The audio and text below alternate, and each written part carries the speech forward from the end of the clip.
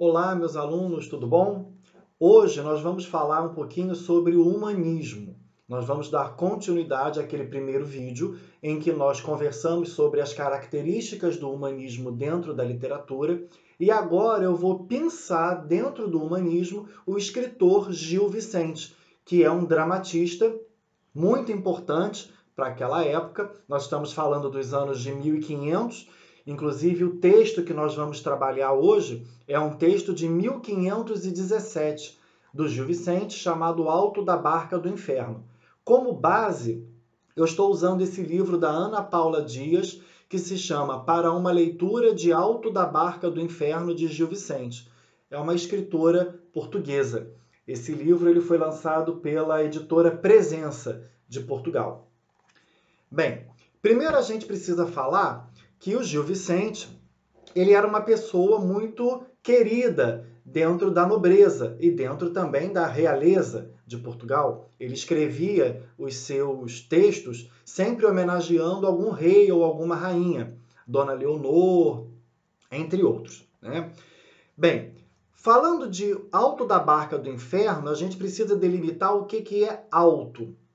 Alto é um tipo de texto que durante a Idade Média começou a existir bem no finalzinho da Idade Média, principalmente nesse período do humanismo, que é o período em que a Idade Média está fazendo a sua transição para a idade que viria posteriormente, que é a Idade Moderna, com o advento do Renascimento, como a gente já explicou também no vídeo do classicismo. Então, o que a gente precisa entender? Que o alto era um tipo de peça de teatro onde você tinha, ao mesmo tempo, elementos religiosos, você tinha também elementos da vida mundana, do dia a dia. E esses elementos da vida mundana, do dia a dia, eles não estavam ali para serem homenageados, e sim para serem denunciados, porque através da encenação desses fatos cotidianos, você poderia ensinar as pessoas qual o caminho correto a seguir. Nós temos que lembrar que o poder da igreja, principalmente da igreja católica, nesse momento, ainda era muito forte. A nobreza estava muito associada ao clero e, por sua vez, o clero associado à nobreza e também associado aos reis e às rainhas. Então, a gente precisa entender que é nesse contexto que o Gil Vicente produz o Alto da Barca do Inferno. Esse alto ele é classificado por alguns teóricos da literatura como uma moralidade. O que é um texto de moralidade? É aquele texto que, apesar de um viés um pouco cômico, um viés que traz elementos particulares da vida religiosa e, ao mesmo tempo, da vida mundana, mas a finalidade desse tipo de peça de teatro, desse texto, é ensinar um moral, ou seja, é ensinar algo para que você não caia naquele erro demonstrado lá na encenação da peça. Então, normalmente, a moralidade ela vai ensinar um preceito religioso e, por sua vez, isso tudo será trabalhado em forma de alegoria. O que isso quer dizer? Um conjunto de metáforas. Os personagens, o cenário, o próprio texto em si, ele não é propriamente o texto, o personagem, o cenário. O barco não é um barco propriamente dito. A personagem, por exemplo, prostituta, ela não é uma prostituta que tem nome, que tem lugar de atuação, que tem clientes específicos. Não. Ela é sempre um tipo, é sempre visto no geral. A alegoria é isso. É um conjunto de metáforas que juntas funcionam direcionando o seu entendimento, direcionando a sua atenção para um sentido mais amplo. Por isso, até que lá no carnaval, por exemplo, a gente fala alegorias e adereços. Ou seja, o conjunto de itens que aquela fantasia tem formam uma imagem, formam uma alegoria. E é aquela alegoria que comunica alguma coisa para o espectador. Assim é o texto do Gil Vicente, porque é uma moralidade. A moralidade ela tem como característica trabalhar essa figura de linguagem que é a alegoria. Ou seja, para que fique bem claro, você vai demonstrar através dos personagens, através do cenário, através do texto que o catolicismo ele é a salvação da humanidade. Outro ponto que é importante a gente lembrar sobre o Gil Vicente é que esse auto da Barca do Inferno, ele constitui o primeiro auto de uma trilogia. Primeiro é o Auto da Barca do Inferno, lançado em 1517. Depois nós temos o Auto da Barca do Purgatório, lançado em 1518. E depois nós temos o Auto da Barca da Glória, lançado em 1519.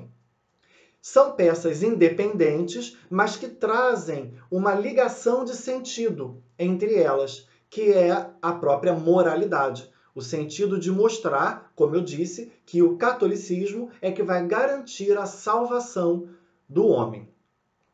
Bem, outro ponto que a gente precisa falar é que esse texto ele vai destacar a luta entre o bem e o mal. O tempo inteiro, os personagens vão demonstrar o que eles fizeram de errado na vida terrena e que vai impedi-los de ir ao paraíso. Eles vão ser destinados ao inferno. Com isso, o Gil Vicente ele vai usar o recurso de tipos. Ele utiliza tipos de personagens. Ele não utiliza personagens específicos. Como eu já disse sobre a prostituta que ele traz no seu texto, ele vai usar isso para todos os personagens. Eles podem até um ou outro ter um nome, mas esse nome não é um nome que vai dar um sentido especial para aquele personagem.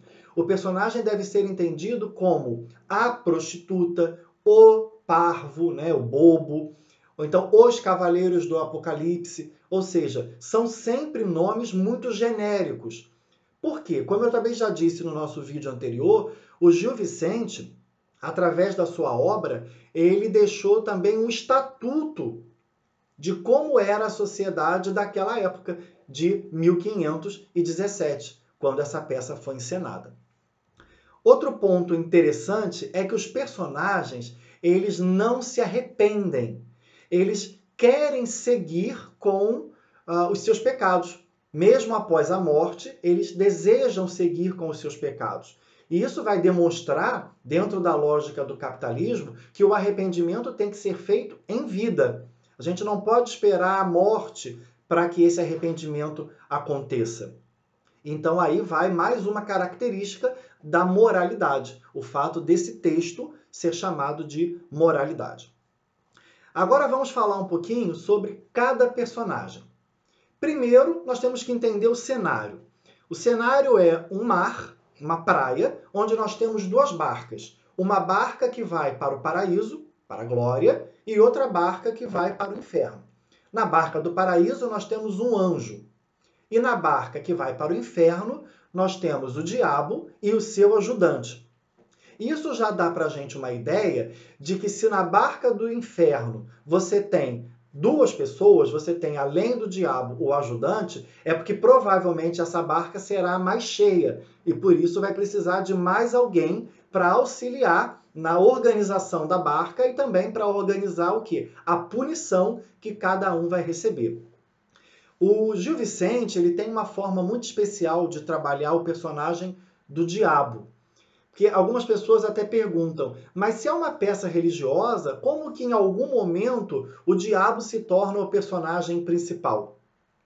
Isso se dá através de uma característica comum de Gil Vicente, que é o ridendo castigat mores. Ou seja, rindo, corrigimos os costumes. Então ele vai pegar o personagem que seria considerado vilão, pela ótica da moralidade, vai dar uma expressividade para esse personagem. Com qual intuito? Com o intuito de mostrar que, apesar daquilo causar o riso, nós não devemos seguir esse modelo. Então nós temos o anjo, já o primeiro personagem, que é um representante divino, que muitas vezes o papel dele vai ser secundário, ele vai apenas negar a entrada de algumas pessoas e vai mandar essas pessoas para a barca do diabo. Então, praticamente, a ação toda ocorre entre o diabo, o seu ajudante, o seu companheiro e todos os outros personagens que vão chegar. Então, vamos primeiro entender quem é o primeiro que morre e chega até esse purgatório. Primeiro é o fidalgo. O fidalgo é um homem nobre, erudito, estudado. ele representa a nobreza feudal, aquelas pessoas que ainda exploravam outros serviços, aquelas pessoas que de alguma forma enriqueceram explorando as suas terras ou ganhando dinheiro a partir das suas terras. E por isso o fidalgo ele quer entrar no paraíso com a sua cadeira, porque a cadeira representa o poder, o status, a ideia de trono. E a crítica que é feita ao fidalgo é principalmente os privilégios que ele tem por pertencer à nobreza e também o adultério, pelo fato dele ser um homem adúltero. Depois nós temos o onzeneiro, aquele que pratica a onzena, a agiotagem, ou seja, aquele que empresta dinheiro a juros. Isso era proibido naquela época da Idade Média. Então, esses agiotas, eles enriqueciam muito. Era permitido até que você emprestasse dinheiro, mas você não poderia cobrar juros. Então, a pena que esse onzeneiro teve é porque ele era um ladrão. Ele ganhava dinheiro explorando outras pessoas através do empréstimo de dinheiro. Então, ele tenta levar para o paraíso que é uma bolsa cheia de dinheiro. E ele então é recomendado pelo anjo que vá procurar a barca do inferno. O próximo é o parvo. O parvo recebe um nome, o Joane, mas não é a primeira peça que o Gil Vicente coloca esse nome para o parvo. E era muito comum em outros textos da Idade Média que qualquer parvo, qualquer bobo, qualquer pessoa que tivesse um certo retardamento mental fosse chamada de Joane. Era muito comum. O parvo, ele entra como um personagem âncora, ou seja, aquele personagem que vai ajudar o diabo e o seu companheiro a estabelecer o efeito do cômico. Porque vamos entender o raciocínio de Gil Vicente ao colocar um parvo. Se ele é um bobo, ele pode, através da sua inocência, falar tudo aquilo que talvez o diabo não pudesse falar, tudo aquilo que os personagens que estão chegando após a morte não pudessem falar e que o anjo também não pudesse.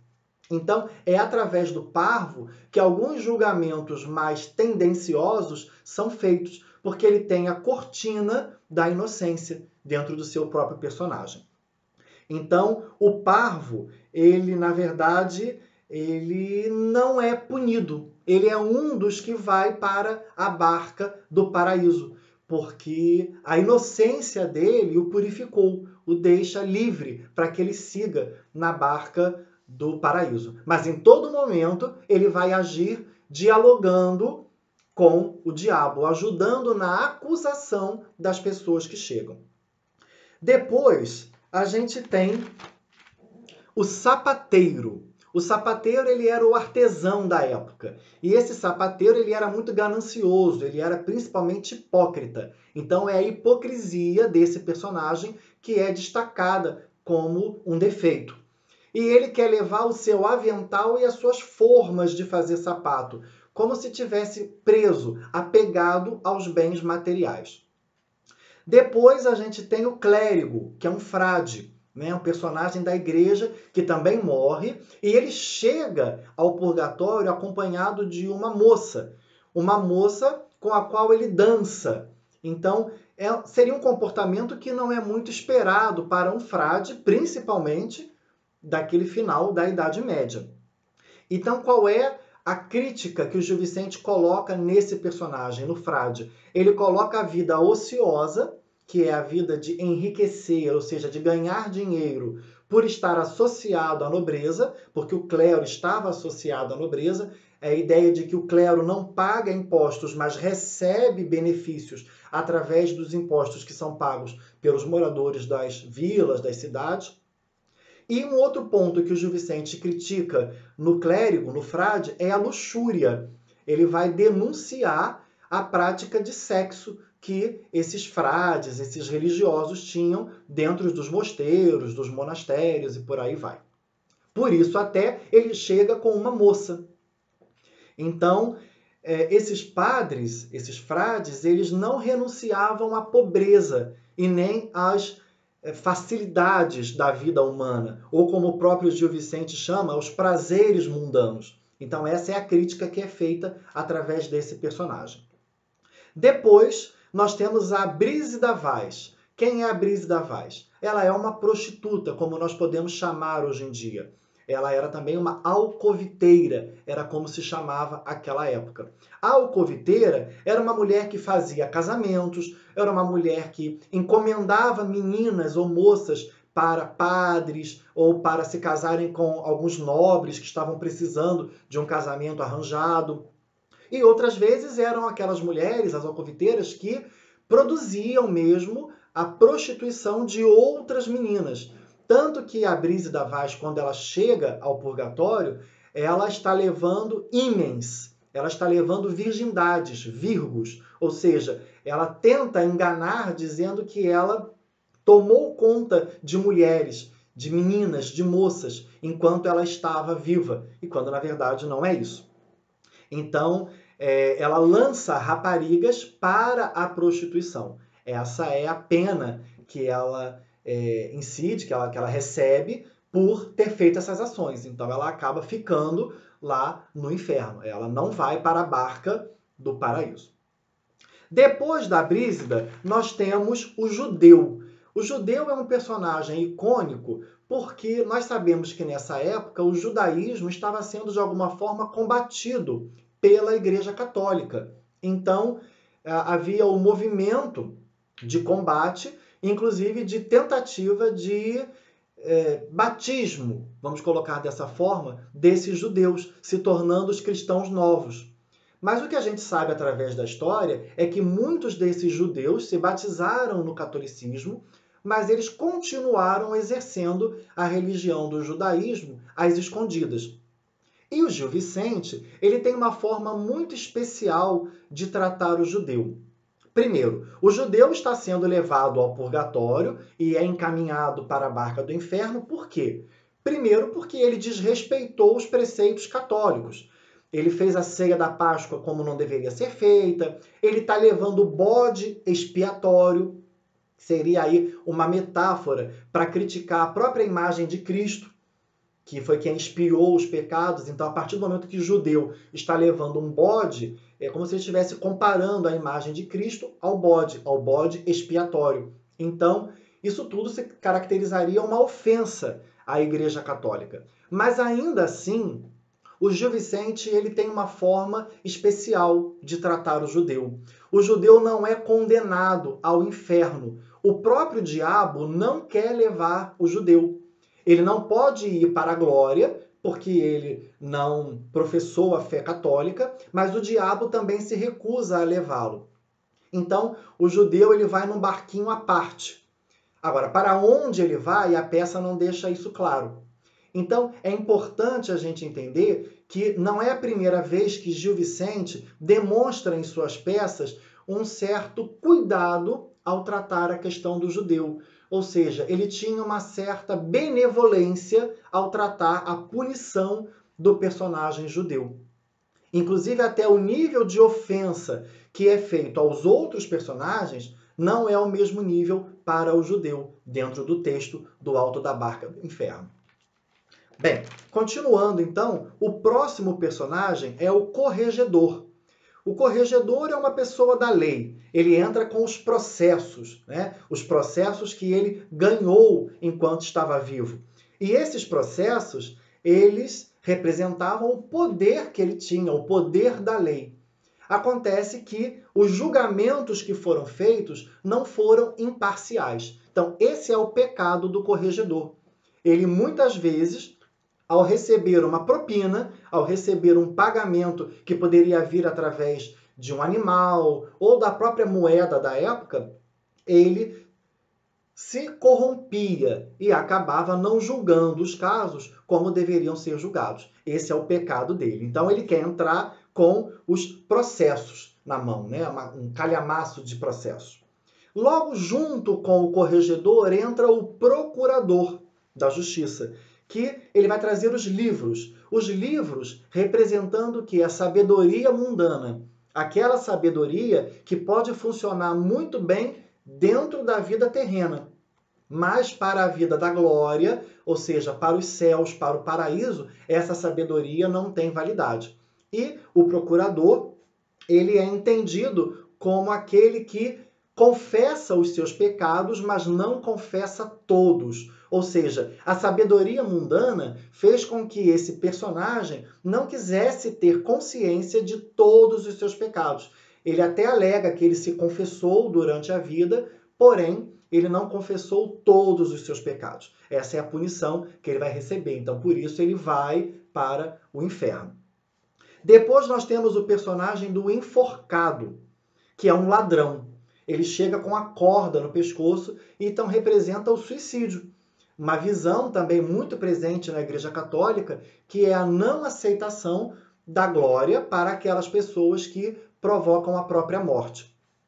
O que é interessante destacar, no caso do enforcado ou do ladrão, é que é citado que quem mandou ele se matar foi Garcia Marques. Quem é Garcia Marques? Um homem que, segundo algumas crônicas da época, foi perseguido por ter praticado as suas ações através de corrupção. Ou seja, ele era um juiz. Ele era uma pessoa importante da justiça e ele teria, segundo Gil Vicente, na sua peça, que é uma criação, mandado aquele homem que era um ladrão se enforcar, porque assim ele garantiria a glória.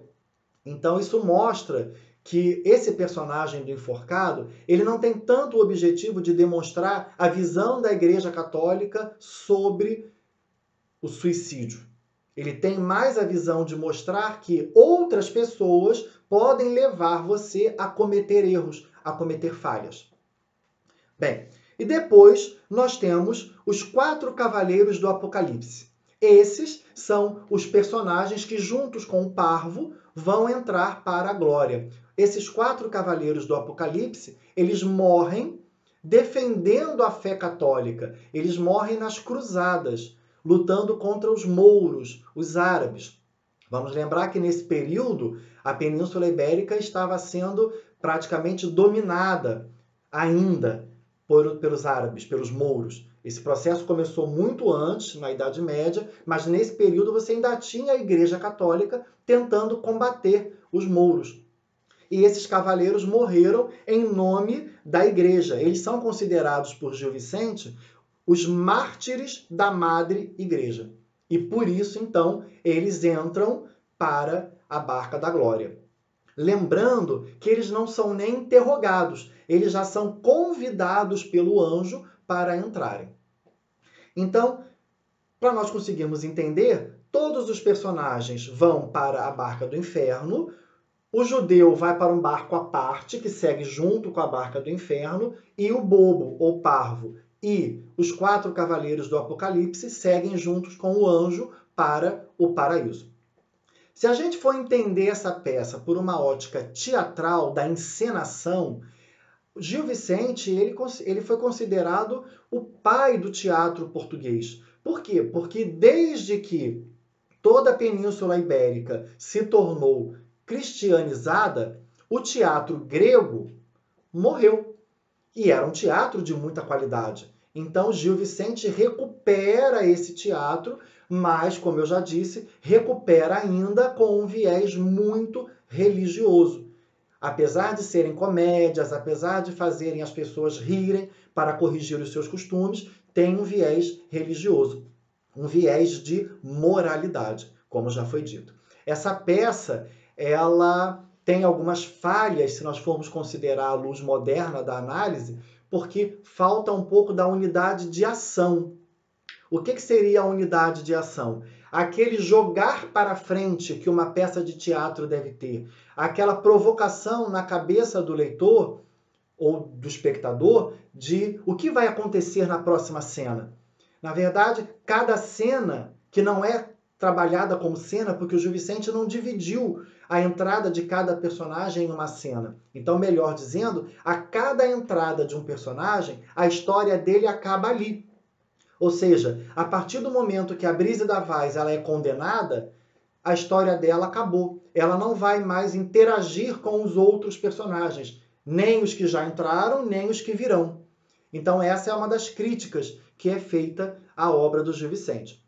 Mas eu recomendo a leitura desse texto, ele tem disponível na internet, tem o texto original, tem texto modernizado, vale muito a pena a gente entender como que, no final da Idade Média, no período do humanismo, um escritor como Gil Vicente conseguiu criticar de forma tão bem elaborada uma sociedade daquela época, tá bom? Então, bons estudos para vocês e boas aulas!